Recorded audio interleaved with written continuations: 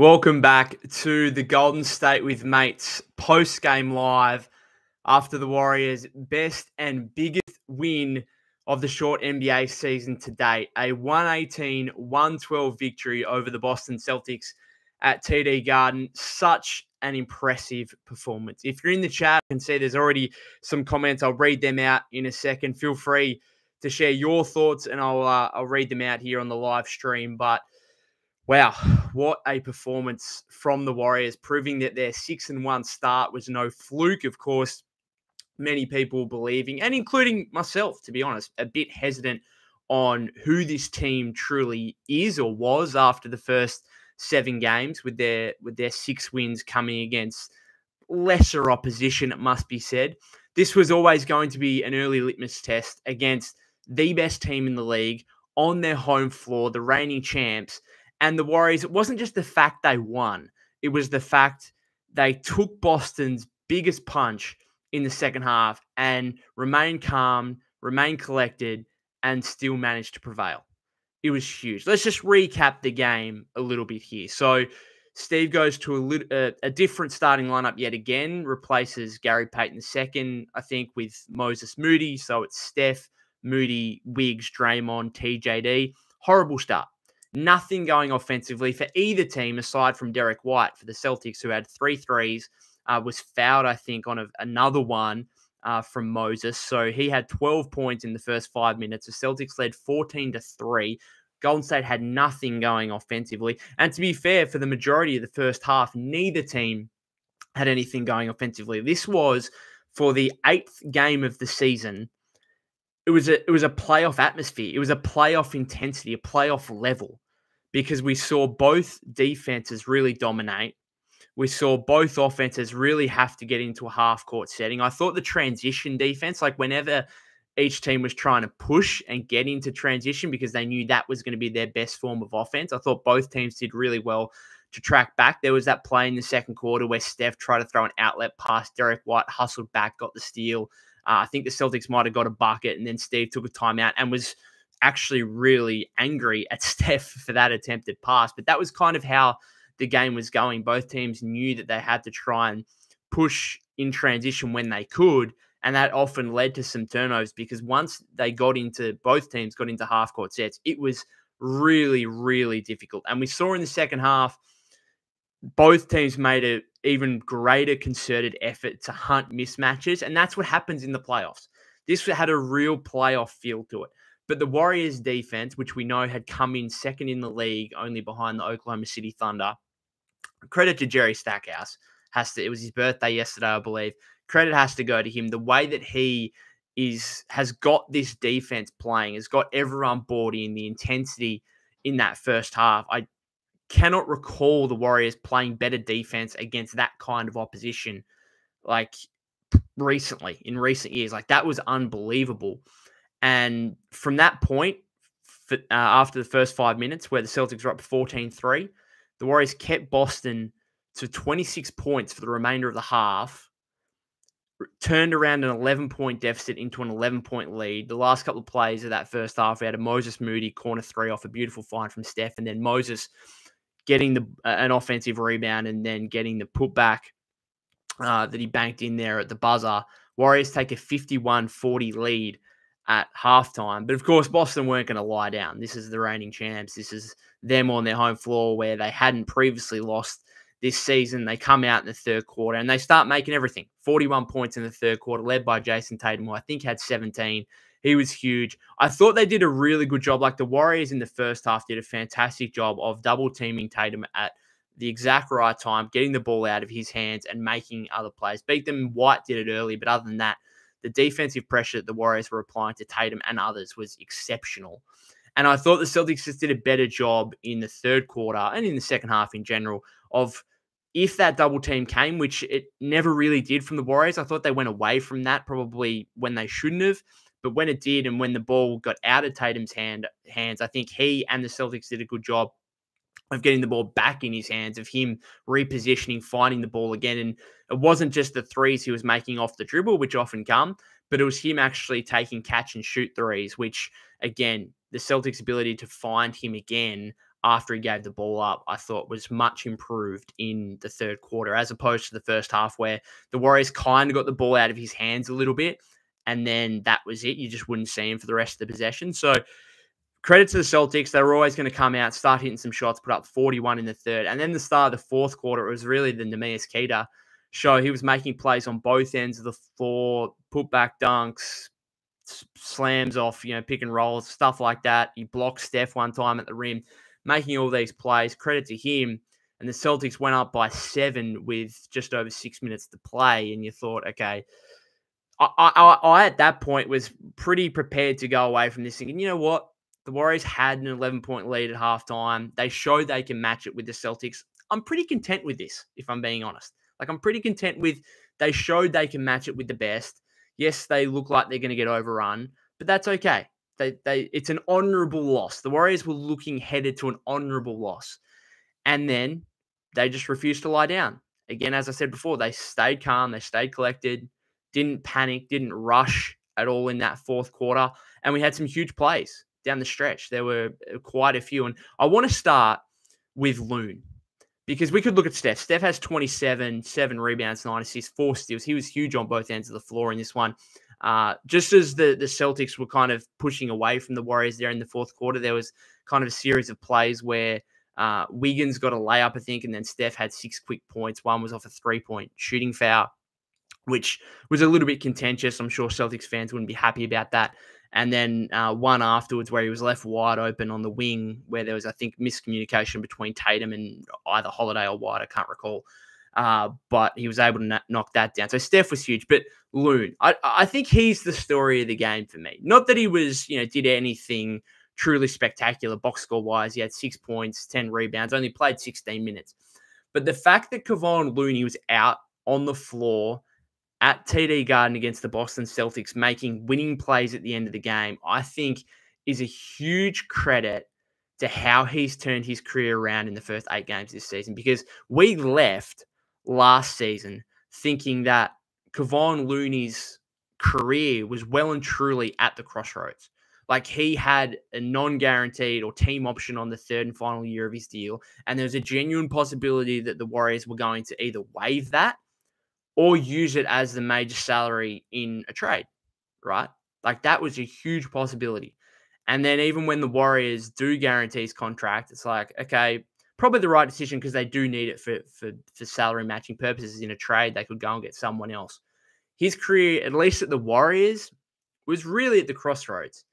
And credit to him, all the work that he's put in, the weight he's lost over the offseason, shooting all the threes and stuff like that, which we haven't seen. But I think just getting back to what he was in that championship season, even the season following, in the 2022-23 season where he was really good as well. I absolutely love the fact he was able to come out and make these winning plays at the end, because it's a just reward for him and the work that he's put in. Because, Mike Breen and Doris Burke say on the broadcast there that, right place, right time on a couple of those plays. First of all, Draymond misses a corner 3, airballs it completely. They say airballs go to the offense. It did. Loon, right place, right time, as Mike Breen called, and puts it back home. And then the play following, Steph attacks, gets the rim, misses a layup, falls down. Who's there? Kevon Looney, put back layup, right? Both in the final 2 minutes of the game. And you can say, right place, right time. Yeah, he's right place, right time. But for him to even be on the floor in that situation, that takes hard work back from the offseason, from losing all the weight and getting back in Steve's good books, right? And I found it really interesting late in the game that Steve was going to Steph, Wiggs, and then the front court combination of Draymond and Loon, which I thought was dead and buried. I didn't think we'd see that combination at the end of games ever again. And yet it's like old reliable. Right, it's the old reliable lineup of having Draymond Green, Kevon Looney, Steph, obviously, Wiggins, and then at one point it was GP2, who we know is a bit of a curve favorite for defensive purposes, and then they got Buddy Hield out there on offense, and he had a couple of big buckets, including that corner 3 with 46 seconds to go to extend the lead to 7. So I just credit to Loon, and I kind of want him to be the story of this game with those 2 putback buckets, which was so huge, which was so clutch, and him being in the right spot at the right time. But even to get on the floor and be a viable option in that scenario, goes down to all the hard work that he put in during the offseason. I want to read some of your comments out here. Brody had a few before we started here. This game, oh my, Warriors. I mean, huge. Golden State will be a huge talking point out of this game because, again, most people, not most people, but a lot of people around the league hesitating on what this team could possibly be and who this team is. Based on this game, this has shown the start of the season, no fluke. They have got a newfound identity, and it's largely on defense, where even regardless of Boston's huge third quarter and pretty good fourth quarter offensively as well, the Warriors were able to keep them to 42.7%, I think, shooting from the floor, 35% from three-point range, which we obviously know, Boston, one of, if not the best offensive team in the league. And so for the Warriors to do that, I think, regardless of the second half, I still think the defensive exploits of the Warriors in this game was really the main talking point from a team perspective. Priscilla Guerrero says, such a good game all around. Absolutely. Dublin Marge, big win. D. White, all-time Warriors opponent guard. God, he's a very good player, isn't he? I never expected this when he was traded from the Spurs to the Celtics. I thought, and in that 21-22 season before the two teams met in the finals, I thought, okay, yep, nice role player, good pickup. Not this level of player, though. Not the player that we've seen him become since he arrived in Boston. A huge pickup for them. And they're still the team to beat for me. Even after watching this game, they were without Jaylen Brown and Kristaps Porzingis, two starters, a genuine all-star, all-NBA caliber player in Brown and, a former all-star in Porzingis who's incredibly talented. And just having his shooting threat out there, I think, is so huge for their offense as opposed to playing guys like Keita and Cornette who are not, spacing threats whatsoever. But that shouldn't take away from the Warriors' win. I mean, this was on Boston's home floor and they gave their best punch in the second half and the Warriors responded to it. So impressive. Jason Ewan says Warriors came out to play. They did. You could kind of tell from the outset, yes, things weren't going offensively, but defensively, they were pretty honed in and locked in from the outset. And I think, you even see how Steve reacted to that pass from Steph and how infuriated he was in the second quarter after that play. You could kind of tell that, okay, the Warriors know that this is kind of a huge challenge and that they want to meet it and that they want to make a statement. And they certainly played like it, no doubt. Berserk Monk says, let's go, GG. Brody says, I swear Doris Burke sounded like a hater on the broadcast. I didn't really pick up on that. Berserk Monk says, yeah, Doris was a downer for sure. Okay. I actually don't mind her. I think she analyzes the game fairly well. I don't really have any issues. Best Warriors game I've watched since 2022. Yeah, I think in terms of most impressive wins, I think this would have to be, I don't recall, again, this is recency bias, there's no doubt, just, having watched that game in the last couple of hours, but I'm trying to recall last season where, like, you could have big comeback wins and stuff like that, but to beat the reigning champs who had previously lost one game, that was in overtime to the Pacers, to beat them on their home floor, I don't recall the Warriors getting a more impressive win. And we also have to remember the Warriors lost by, 52 to the Celtics at TD Garden last season as well. So, yeah, I don't really recall a more, even, you're saying 2022, so you're going back even a season before that in 2022, 23. I mean, it's an 82-game season. There's obviously so many great wins. There's so many poor losses, that kind of thing. But yeah, it's hard in the heat of the moment right now to remember as an impressive a win as that. Berserk Monk says, Looney's effort has been so good to see. I don't think the Warriors can involve him in trades now. Otherwise, vibes will be ruined. Yeah, I mean, he's always, even if he didn't return to this kind of level of play, he was always going to be a good leadership, good locker room presence. There's absolutely no doubt about that. I think we saw after the Jordan Poole, Draymond Green incident going back to training camp 2022 that afterwards Steve labeled Loon as kind of the moral compass of this team. And I think that does go underrated, his leadership and locker room aspect. But you shouldn't be getting paid $8-9 million just for that. You have to be a meaningful rotation player. And I'm not saying that he's going to regain his spot in the starting lineup. There's going to be games where maybe he doesn't play. He's like a DMP against certain matchups. But for him to come out against the best team in the league and to make winning plays down the stretch, couldn't be more happier for him, to be honest.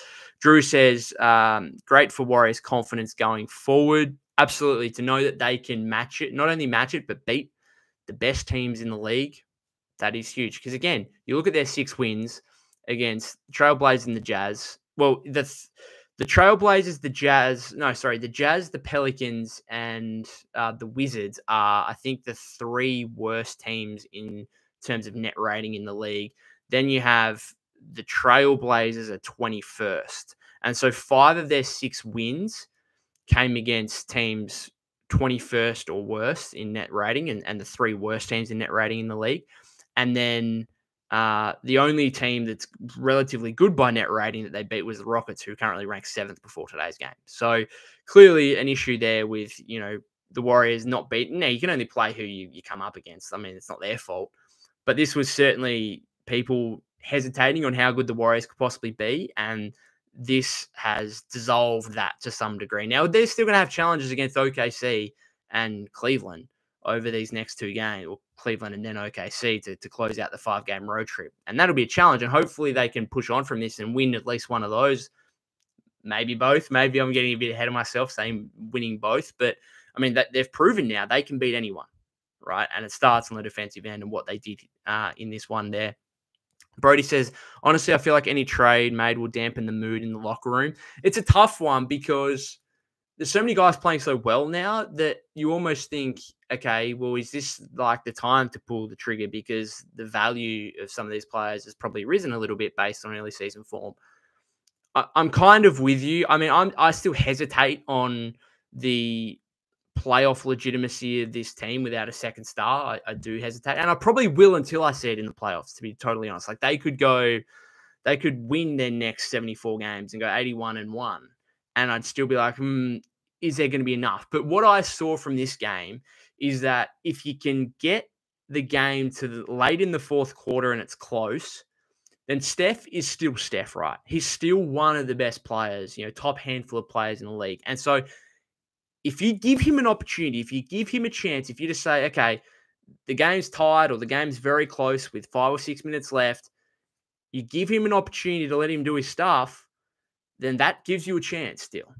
And so maybe that's just, what if the Warriors do make the playoffs, maybe that's their go-to, is that they are going to lean so heavy on defense that all these games are going to be close, and that at the end, they've got one of the biggest and best superstars in the league who can still carry them to victory. And Steph was involved in all these plays. He didn't score all the points down the stretch, but he was involved in all these plays. I spoke about the 6 points he had in those back-to-back possessions, whether it was he had another layup where he had Keita on a switch and went right by him and finished at the rim. He found Buddy Hield on that corner 3. Even the Looney second putback miss came from a Steph miss layup. So Steph involved heavily, and I couldn't be more impressed by the way he's responded from that 3-game absence. It shouldn't amaze me. It shouldn't amaze me with professional athletes, but it often does how well and how effective and how good they come back from even minor injuries, and they can come back and pick up where they left off from, and looks like they really didn't skip a beat too much. And that's what we've seen from Steph in his first 2 games since return. I'm trying to keep up with the comments here. Above the Wave says, Warriors won on 20 fewer 3-point attempts. Amazing team defense. I didn't even realize that differential in 3-point attempts, but that's how the Celtics play. They throw up a heap of threes.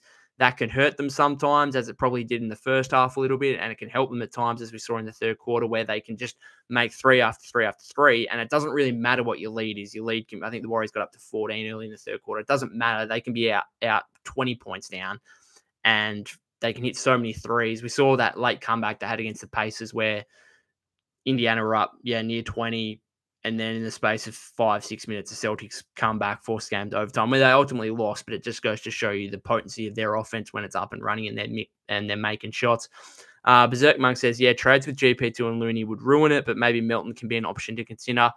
It's going to be interesting to see what happens with DeAnthony Melton once he returns. Steve, once again, went to an 11-man rotation. We saw minutes from Lindy Waters III, which I thought was a little bit surprising, but obviously wanting to get some shooting out there. No Brandon Pajemski in this one, who was out again with that illness.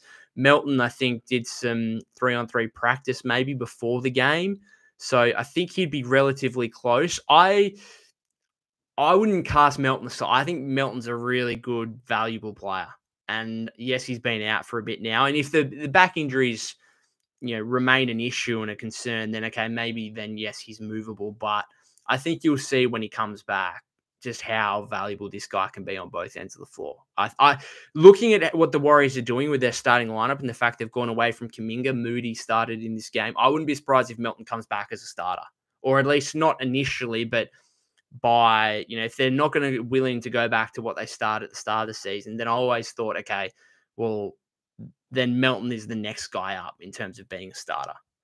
And I think that would have happened if he hadn't have got injured. And I wouldn't be surprised if, another 5-10 games, we see that lineup of Steph, Melton, Wiggins, Draymond, Trace, or something along those lines. Just having a look here. Brody says Keita was huge for Boston, man. That's the type of big we need on the bench. High energy, big athlete. Yeah, I tend to agree. He's a 7-footer, size, shot blocking ability, can finish in the pick and roll, can finish off lobs. I mean, would he really get, I think it's just an option. I always think the Warriors need a genuine 7-footer just as an option to throw out there. But when you've got TJD and you've got Loon and you've got Draymond playing a number of minutes as a small ball center, Kyle Anderson even as a small ball center option. I mean, how many, unless you're a really good NBA, like a guy like Neemias Queta, how many minutes would he see for the Warriors? That's kind of my question. How many minutes would he see? I'm not sure he'd see that many, but you're probably right in saying, you could at least have that option would be nice. Berserk Monk says, also on the trade front, let's say we do a 4+ player trade for Giannis, cutting that depth down definitely alters this current defensive effort. That's a good point, actually. The fact that the Warriors are going 12 deep in their rotation, or 11 in this one without Podziemski and Melton, it allows guys to come in knowing full well that, okay, I'm probably only going to play 5-6 minutes a year. I need to make high impact, and therefore I can go as hard as I want defensively, rather than having an 8-9 man rotation where you think, okay, I'm playing big minutes, I can't go 110%. I've actually got to manage myself a little bit here, and maybe I'll take this play off defensively, and oops, I didn't make that rotation. Oh, I didn't hustle for that defensive rebound. They got an offensive rebound put back. All these kind of different effort plays, which, short 8-9 man rotations, starters playing 35+ minutes a game, they have to manage themselves, right, to get through games, as a lot of these guys for the Warriors are playing. I mean, just having a look at the minutes here, again, in this one, we saw Draymond, Wiggs, Steph all play 30+. Interesting to see Steph, no minutes restriction, obviously 24-minute restriction against the Wizards, plays over 34 here, so that just was a one-game thing. But then aside from those three guys, Buddy played 28.5, and then TJD 16 in a starting role, Moody just over 13 in a starting role, GP2 just over 18, Looney nearly 16, Kuminga just under 18, which is a bit of a talking point, Kyle Anderson nearly 20, just under that, and Lindy Waters just under 14. So you got all those guys playing kind of between 14 and 20 minutes. And when those guys come in, they can just have high impact, go all out on both ends of the floor, but particularly defensively, hustling, making plays, hassling guys. So I think it's a really good point you bring up in terms of that. I would still, if Giannis is available, I'd still, look at doing that. There's no doubt about that. But the complexities, I think I might do a different podcast episode maybe on a potential Giannis trade and what that may look like, and what the Warriors may look like after that trade, how they'd kind of complete the rest of their roster, because there's so many different complexities to that, but it's certainly something to monitor with how the Bucks have started this season, no doubt about that. FTW Clan says, I feel like the way we are playing with so much defensive intensity is due to our depth, and I love the versatility we have for all potential matchups. Yep, well, that's pretty much just what Berserk Monk said in terms of that depth, allowing players to go hard on that end of the floor and really give their all, as I just spoke about. Berserk Monk says, I like Melton for sure. It's just the durability factor between him and GP2. Maybe the Warriors' plans are to play one when the other is dealing with injuries. Well, yeah, they are similar-ish players. I think GP2 is maybe a slightly better defender, and then Melton's clearly a better outside shooter. Probably just a better. I actually think Melton's a better player than GP2. I do think, and I think When they're both healthy and available, I'd expect Melton to play significantly more minutes than GP2. But yeah, I mean, they've both had their injury concerns over the last couple of years. And so you're right. How many times are you going to have access to both players?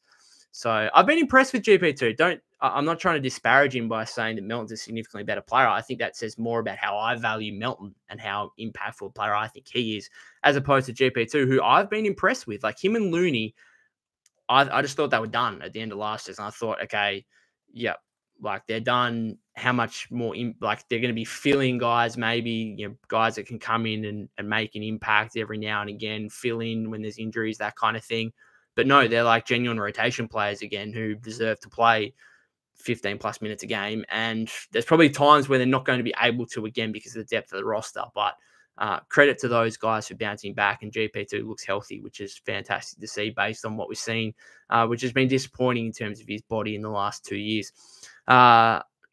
Above the Wave says Slow-Mo was playing some backup PG with Pods and Melton. Now did a solid job, those threes in the first half. Yeah, can we talk about that for a second? Just what the game needed. Game really struggling offensively, and what would you expect to brighten it up and lighten it up? Well, Kyle Anderson, 3 threes in a row is exactly what you would have expected. Not really, but that was.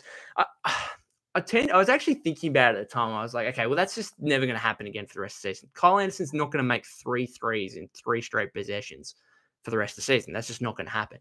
But it's kind of goes down to this Warriors team and the depth where every player is capable of doing things. Like they're all good basketball players, and therefore they're all capable of something out of the box, right? Like Kyle Anderson going for 3 threes in a row. Okay, you might only get that once a season, but it's still capable of happening, obviously.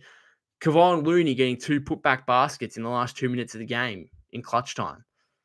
Okay, well, yeah, that can happen. Like, you don't expect these things to happen, but these are like good basketball players. And I think it just goes down to the fact that, hey, the Warriors might not have that second star. They might not have that guy who's going for 25 plus points every game, but they have a bunch of good players, and Steve can just ride whoever's playing well on any given night. And you're going to get these different, weird production from players, but it's going to happen consistently over the course of the season where Melton's going to come back and, early on he's going to have a random 20-point game. Like, I could almost guarantee it. He's going to have a game where he goes off and makes like 5 or 6 threes and has 20, 25 points. Like, he's capable of that. Would I expect it every game? No.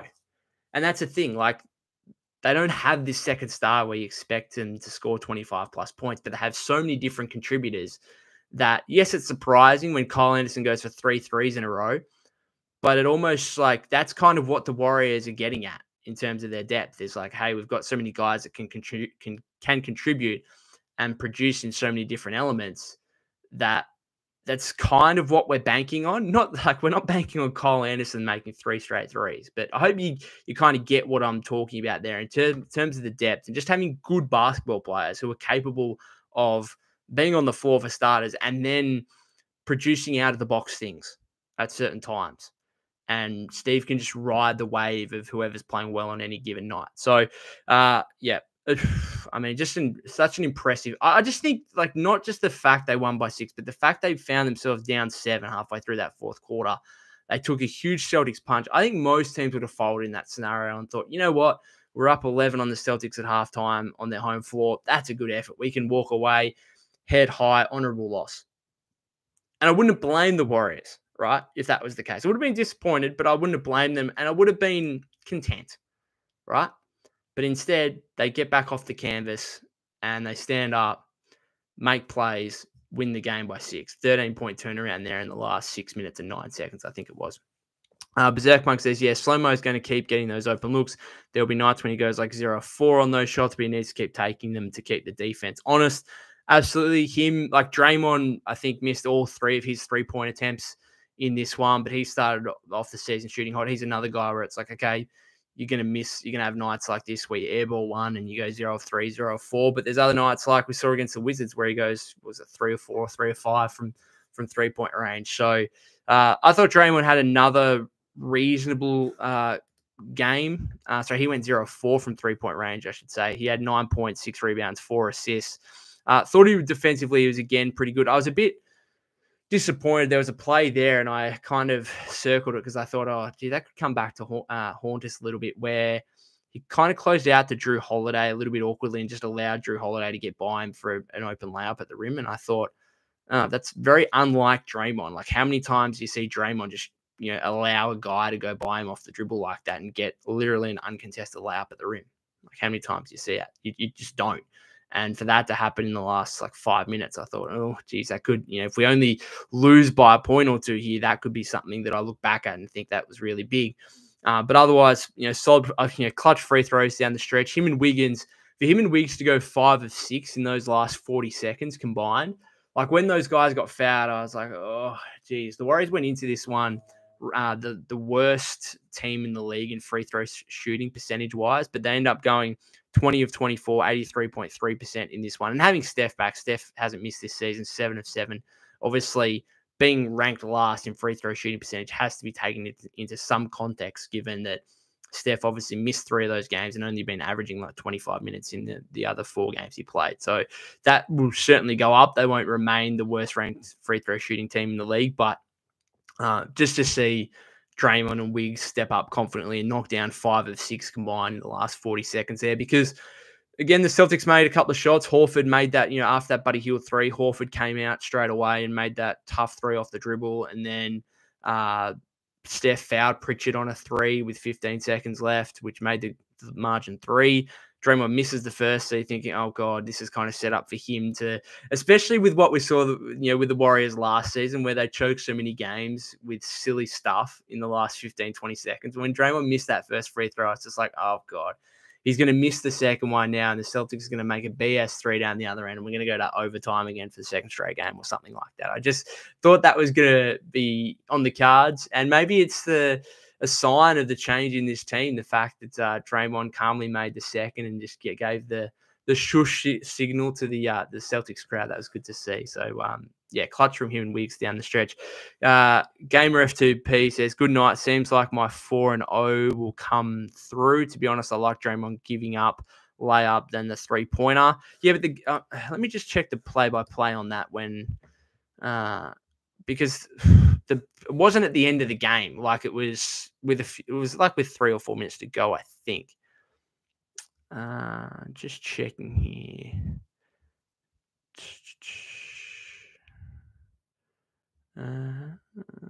Sorry. Holiday driving layup. Yeah, 5 minutes to go. 5 minutes to go when the Celtics were up 2, and then Holiday got them up 4 with 5 minutes to go with that layup. Steph came straight back down the other end and made a 3, so that kind of made up for it. But I thought at that point, putting them up 4, that, okay, that's not a great defensive play by Draymond. Can we talk a hot minute on Wiggins playing a wide open layup?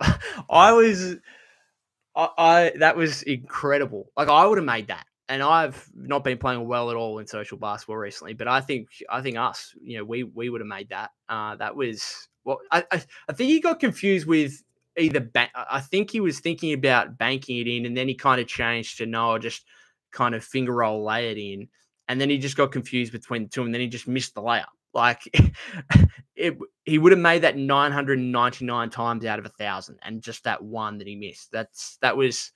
Imagine losing the game by. I'm not sure what happened, because I think there was a jump ball, wasn't it? There was a jump ball between him and Horford, and Horford won it. So the Warriors got 0 points on that possession. If we'd lost that game by a point or two, I know you can look back at so many things, but you look back at that Wiggins blown layup and just think, like, what the hell was going on? NVX Hunter says, hey, just got here. How do you think the Cavs game going to go? Cavs have been really impressive. I think they won again today. Just checking the scores here. Yep, they beat the Pelicans by 9. I'm just going to check some of the stats there. They're tough. They're tough. Going to be good to see Kenny Atkinson, who is obviously a big part of the Warriors over the previous 3 seasons, and he's doing a great job with the Cavs, who are now 9-0, if you don't mind, taking down the Pelicans in New Orleans. 29 for Donovan Mitchell. Allen, 16, 14 rebounds. Mobley, 15, 9, and 3. I've been so impressed with Evan Mobley. I think he's the one that's starting to take a step. And I've always seen him as, okay, Mitchell is who he is, Garland is who he is, Jared Allen is who he is. If the Cavs are to take the next step in terms of being, a genuine contender in the East, of getting out of the East, challenging Boston, then I think it's Mobley. I think it's Mobley who has to take that step to being a bona fide all-star and probably an all-NBA caliber player. And I think he had that play the other day where it was like a block and then got the rebound and pushed the ball in transition and then had a massive slam. And it was just like, saw a lot of people commenting from that saying, was that Giannis basically? It was a Giannis like play on both ends of the floor. And I think he's really starting to take that step. And that's probably going to propel Cleveland to a whole new level that they probably couldn't otherwise have got to, even with Kenny. And I think Kenny probably has to take some credit for this Mobley leap as well. I would like to see him start taking a few more threes. I think that's the next evolution of his game. We saw it a little bit in the playoffs last season, a little bit to start this season, but today he only takes 0 of 1. But they're going to be a great regular season team because they've got some pretty good depth there coming. Like Karis LeVert's playing really well off the bench. He had another 16 points, 6 rebounds, 6 assists today. So he's playing really well. Sam Merrill, one of, not a guy that's well known necessarily across the league, but just a lights out shooter, such a dangerous shooter off the bench. Ty Jerome's playing a little bit, former Warrior, shout out there, had 11 points, 3 rebounds, 5 assists, 2 steals. He's like, I like Ty Jerome. The Warriors were trying to keep Ty Jerome when they lost him after that one season in 2022-23. I think they extended a qualifying offer or something. Anyway, something happened where they were trying to keep him, but he walked to the Cavs on a bigger offer because I think the Warriors are probably only going to try and bring him back on a minimum. And instead, I think he got a $5 million deal or something per season from the Cavs. A bit injury plagued in his first year, but he's come out and playing a genuine role for them. So, the Cavs are a dangerous team. Well, not a dangerous team. They're just a bloody good team. Like that's all you can say. They're 9-0 for a reason, and they're going to go into that game as strong favorites. But the Warriors just proved with beating the Celtics that they are more than capable of beating the Cavs on their home floor. Just looking, Gamer F2P says Wiggins could have dunked it, made a highlight. That's why I like JK. Yeah, he probably should have dunked it. I don't know. Outside of that, I like what yes, he's been missing some shots. Like he goes 6 of 14 today. I think, he didn't shoot the ball well against the Wizards the other day. But generally this season, I just think he looks much more engaged and active on both ends of the floor. And even when he's missing shots, I think you can still kind of tell that he's involved in the game at least. And yeah, he's engaged and active. And I think that's a huge positive sign. And the fact that he was able to make some plays in the fourth quarter. He's gone. The big play that I want to refer to in terms of Wiggs in that fourth quarter was the step back on Tatum, where he's going to give the ball up to Steph. Kind of good ball denial from the Celtics. Wiggins had the ball like 10 seconds or so on the shot clock. Tatum 1-on-1, and Wiggs kind of dribbles towards the inside, towards the paint, step back over Tatum, mid-range jumper, nothing but net. And you're like, whoa, okay. Like, this is the Andrew Wiggins we need to try and take some of the burden off Steph. Like, this is the one-on-one shot creation that Wiggs needs to deliver, which I think hasn't necessarily been there over the last couple of seasons. And yes, you think of him as this, ideal 3-and-D wing where he's, catch and shoot guy on the perimeter and then guarding the opposition's best defense. But the Warriors are going to need Wiggs, especially in fourth quarters, late in games against elite defenses. They're going to need some of that one-on-one shot creation, which, he's been known for going back to his days. Obviously, he's the number 1 overall pick in Minnesota. I thought that was a huge play and a really notable one for me to see, okay, yep, you've still got that. You can still be kind of that go-to guy where 10 seconds left on the shot clock, Wiggs can go make a play and get a bucket. I think that was big. I think that Gamer F2P says, I think that Wiggins miss Bunny going to be on Shaq and a fool, but don't quote me on that. It definitely will be, no doubt about that. Berserk Monk said Wiggins not dunking it, maybe signals he doesn't trust his lower back. I don't know. Maybe you got. Can I divulge in myself for a little bit here? So I've had a strained. It's called a strained annula, which is something in your back. which has been quite painful over the last couple of months. Kind of starts in lower back and goes down into the hamstring. Anyway, I've come back the last 3 games. I've played social league basketball on a Tuesday, and I've just genuinely fell into imitating Ben Simmons. Like, it is uncanny how much I'm playing like Ben Simmons at the moment, social league basketball wise, where I was the only guy on the floor on Tuesday night, only guy on the floor for our team who didn't score. We played it and lost by 10 in a game we should have won easily, I would have thought. And I don't know, I was talking to a mate about it, and I said I've literally turned into Ben Simmons, where I rebound the ball okay. Like, I'll finish off with a stat line of like 0, 8, and 8. I took 2 shots on Tuesday night. And he actually said to me, he's like, "Oh, do you reckon it's your back? Like, do you reckon that's an issue?" And I said, "No, like, I don't feel it at all. When I'm out there, I feel completely fine and I don't worry about it at all." And he said, "Oh, but maybe it's a subconscious thing where your body is trying to protect yourself. And that's why you're not playing like you normally do." Because, I think we played that team start of the season. I scored like 23 points. And then Tuesday night, same opposition, I took 2 shots. I didn't even look at the rim. Every time I get into paint, it's like, all right, let me get into a Euro step. And then instead of putting it up, I'll just kick it out to a shooter kind of thing. Not that we have really any shooters. It's social league basketball, but that's, and I wonder if that's a thing for Wiggins.